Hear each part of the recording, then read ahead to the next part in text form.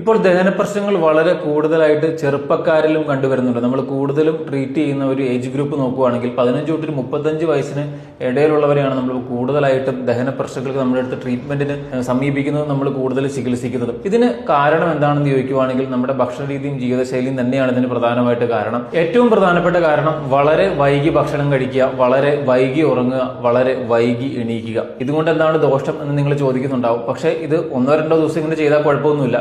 പക്ഷെ കാലങ്ങളായിട്ട് ഇതിങ്ങനെ തന്നെ ആണെങ്കിൽ തീർച്ചയായിട്ടും നമ്മുടെ ശരീരത്തിൽ സ്ട്രെസ് ഹോർമോൺസ് കൂടും.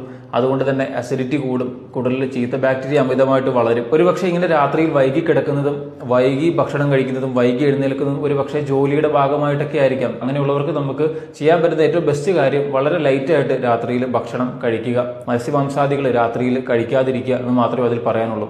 പക്ഷെ മറ്റു ചിലർ മടി കാരണം അല്ലെങ്കിൽ ജീവിതശൈലി കാരണം ചിലവർക്ക് അങ്ങനെ രാത്രി കഴിക്കുന്നതാണ് ഇഷ്ടം. അങ്ങനെയുള്ള കാരണങ്ങൾ കൊണ്ട് നിങ്ങൾ രാത്രിയിൽ വളരെ ലേറ്റായിട്ട് ഭക്ഷണം കഴിച്ച് വളരെ ലേറ്റായിട്ട് കിടന്നുറങ്ങി എഴുന്നേൽക്കുന്ന ഒരു സ്വഭാവം നിങ്ങൾ കാലങ്ങളായിട്ട് നീണ്ടു നിൽക്കുന്നുണ്ടെങ്കിൽ തീർച്ചയായിട്ടും നിങ്ങൾക്ക് വിട്ടുമാറാത്ത ദഹന പ്രശ്നങ്ങൾ ഉണ്ടാവാനുള്ള സാധ്യത വളരെ കൂടുതലാണ്. അതുകൊണ്ട് മനസ്സിലാക്കുക, വളരെ നേരത്തെ തന്നെ, പ്രത്യേകിച്ച് ഒരു 8 മണിക്ക് മുമ്പ് തന്നെ കഴിവതും പറ്റുവാണെങ്കിൽ ഭക്ഷണം കഴിക്കുക. 10 മണിക്കും 11 മണിക്ക് ഇടയ്ക്ക് തന്നെ കിടന്ന് ഉറങ്ങാനായിട്ട് ശ്രമിക്കുക. അതിനനുസരിച്ച് നേരത്തെ എണീക്കാനായിട്ട് ശ്രമിക്കുക. അതുകൊണ്ട് തന്നെ ഇങ്ങനെ നിങ്ങൾക്ക് വിട്ടുമാറാത്ത അസിഡിറ്റി ദഹന പ്രശ്നങ്ങൾ ഉണ്ടാക്കുന്ന ദുശീലങ്ങൾ തുടരാണ്ട് നല്ല ശീലങ്ങൾ ശീലമാക്കാനായിട്ട് ശ്രമിക്കുക.